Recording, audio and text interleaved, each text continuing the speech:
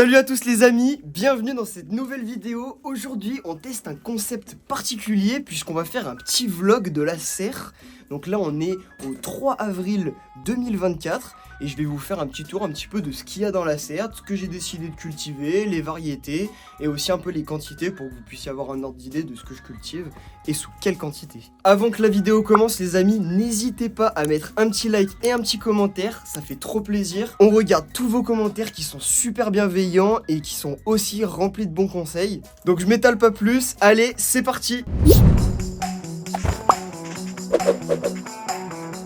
Donc là les amis, pour vous situer, on est dans une serre ACD. Donc ACD c'est une marque belge qui fabrique des serres en verre et en aluminium. Et là on est dans un modèle qui fait 3 mètres par 6 mètres. Donc ça fait 18 mètres carrés. Et là-dedans, ce qui est intéressant c'est que vu qu'on est dans une serre en verre, on a une chaleur qui est exceptionnelle. Là à l'extérieur il fait 18 degrés et comme vous le voyez à mon front, j'ai super chaud. Donc là pour vous montrer, dehors il fait 18 et là il fait 28. Il fait bien chaud quoi, ça marche bien. Du coup les amis, on commence avec le commencement. On commence avec le premier rack qui est juste ici. Donc là on est sur des choux de Milan, c'est un de mes choux préférés. C'est un chou paumé frisé qui est énorme et qui est super bon. Ce qui est intéressant c'est que ça pousse très vite. Par contre le problème c'est qu'en mini-motte, ça se dessèche aussi super vite. Et ça c'est un peu chiant, c'est pour ça que je les ai mis un peu à l'ombre. Donc là on est sur 4 plaques de 96 mottes, ça fait un peu moins de 400 plants. Et ici on a du basilic. Donc là on a du basilic vert des gènes. Ici on a du basilic anis, un petit goût de ricard très sympa. Là on a du basilic cannelle. Juste en dessous les amis, on a les betteraves. Donc là on a de la noire d'Égypte plate. Là on a la betterave de Chioggia. Là, celle-là c'est ma préférée. En gros elle est rayée. À l'intérieur ça fait blanc, rose, blanc, rose, blanc, rose. C'est super beau, j'adore. Juste à côté les amis, on a 2 cagettes de 35 plants de persil frisé. Juste en dessous on a des loufas, donc des courges loufas éponges végétales. C'est en fait c'est une courge, c'est une culture glutacée en fait qui produit des éponges végétales qu'on peut utiliser soit pour se laver, pour ceux qui se lavent, ou alors pour la cuisine. Donc là on est sur des oignons, donc des vers de paille, c'est des oignons qui sont jaunes, ils sont pas verts. Niveau quantité, là on est sur 3 plaques de 96 mottes. Bon il y a quelques mottes qui ont foiré mais je crois que c'est à cause de moi. Et du coup ça c'est une petite expérimentation parce que c'est la première fois que je fais du semis d'oignons. C'est pas très compliqué mais c'est juste que niveau production je sais pas trop ce que ça va donner donc on verra bien. Juste en dessous on a de la mini-motte donc salade. Ici on a du chou chinois. Juste à côté encore de la salade. Et en dessous du brocoli, du chou-fleur, du chou-cal, un peu de tout. En dessous on a de l'origan commun donc qui a toujours pas germé, je sais pas pourquoi. Avec des tomates aussi qui ont prise dedans, mais du coup je les enlève parce que je sais pas quelle variété c'est. L'oseille, ça c'est intéressant. Alors en fait pourquoi? L'oseille c'est très prisé pour les omelettes. Alors déjà en pousse, en salade c'est super bon. Et en omelette c'est super bon. Et ça apporte un petit goût un petit peu acidulé. Et avec l'œuf ça se marie super bien. Juste derrière nous, on a des tomates, beaucoup de tomates pour le coup. Donc on a de l'ananas, on a de la sweet quesadille, on a de la Nord Crimée. Juste à côté on a des petits plants, il y a de l'ananas, des poivrons, de l'aubergine purple ball. Là on a de l'aubergine de Barbarentan, mon aubergine préférée. Et du coup cette aubergine, elle est légèrement allongée. Et ce que j'aime bien c'est que les plants, à la fois ils sont assez résistants. Et ils permettent aussi de produire un beau paquet d'aubergines. Et ça pousse très vite et voilà, c'est une de mes aubergines préférées. Donc là ils ont même pas une semaine de repiquage. Je les ai repiqués parce qu'ils avaient déjà formé les 4e feuilles, donc du coup je me suis dit directement les mettre dans des godets, ça leur fera pas de mal. Et par plaque il y a 24 plants. Juste à côté les amis, on a de l'origan commun qui a super bien pris, je suis trop content. Il a bien pris. Il va peut-être falloir que j'en enlève un peu parce qu'en densité j'ai un peu abusé je pense. Mais en tout cas ça pousse super bien. Juste à côté on a des cornichons fins de Méo, c'est des tout petits cornichons. Super bon, on a la variété de tomate Roma de Pasta, c'est la tomate Roma, clairement. Et ça c'est super bien parce que c'est une tomate qui à la fois a pas besoin de tuteur, très productive. Et ce qui est intéressant c'est que cette tomate, elle va être parfaite pour faire tout ce qui est sauce tomate, coulis, les petits trucs comme ça quoi.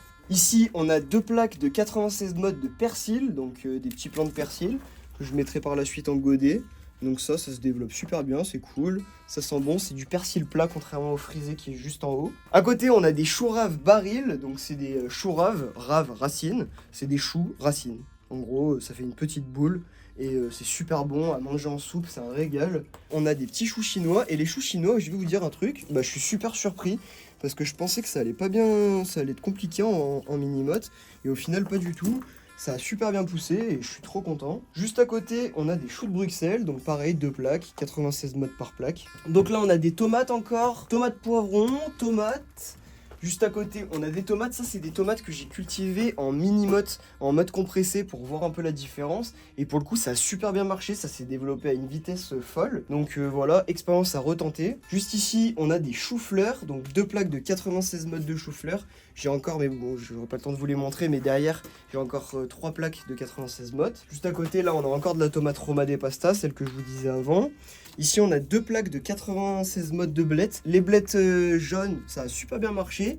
Mais les Red Rhubarb, je comprends pas. Elles ont pas hyper bien marché, mais c'est pas grave.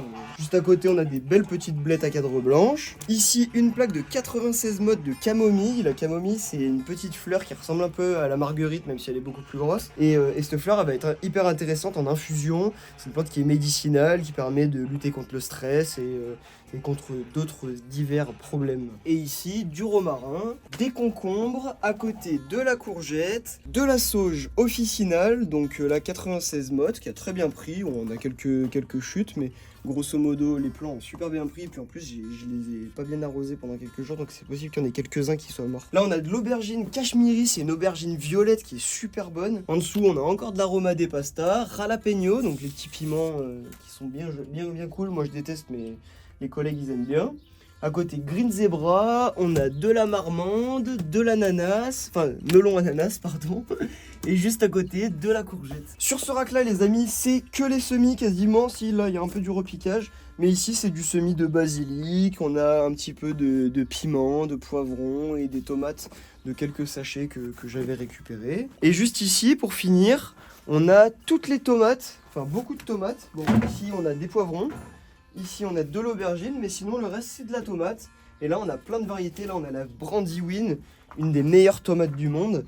En fait, c'est les fleurs, les feuilles que je trouve intéressantes parce qu'elles ressemblent pas du tout à une feuille de tomate. On dirait limite un petit peu comme la variété glacier qui a des feuilles qui sont très similaires à la pomme de terre. Parce que la pomme de terre et la tomate font partie de la même famille de plantes. Et ici, les amis, on a un petit peu de tout. Là, j'ai un peu mixé. On a du basilic, on a de la bourrache. La bourrache, ça fait des fleurs exceptionnelles. En cuisine, pour ceux qui cuisinent bien, c'est super intéressant. Et c'est surtout un très grand atout pour tous les insectes pollinisateurs parce que c'est une fleur qui est très belle et très odorante, avec beaucoup de pollen aussi. Et là, on a des melons, de l'oseille de Guinée, de la courgette, des pastèques, des kiwanos. Le kiwano, c'est un...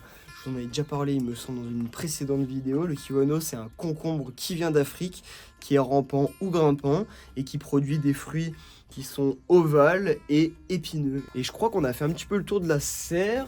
C'est un petit peu des trucs repiqués en haut, mais grosso modo, c'est surtout de la tomate. Et les amis, si ce type de vidéo improvisée où je vous montre un petit peu ce que j'ai, soit dans ma serre, soit dans mon potager, soit à d'autres endroits de la ferme, n'hésitez pas à me le dire dans les commentaires parce que c'est des vidéos qu'on pourrait vous faire assez régulièrement. Ça permet de vous donner un ordre d'idée en fait de ce que je produis, ce que je prévois de produire aussi et de cultiver à la ferme. Ça permet aussi de donner la temporalité un petit peu pour faire un petit peu un journal de bord. Aujourd'hui on est le 3 avril et la prochaine vidéo peut-être qu'on sera fin avril, début mai.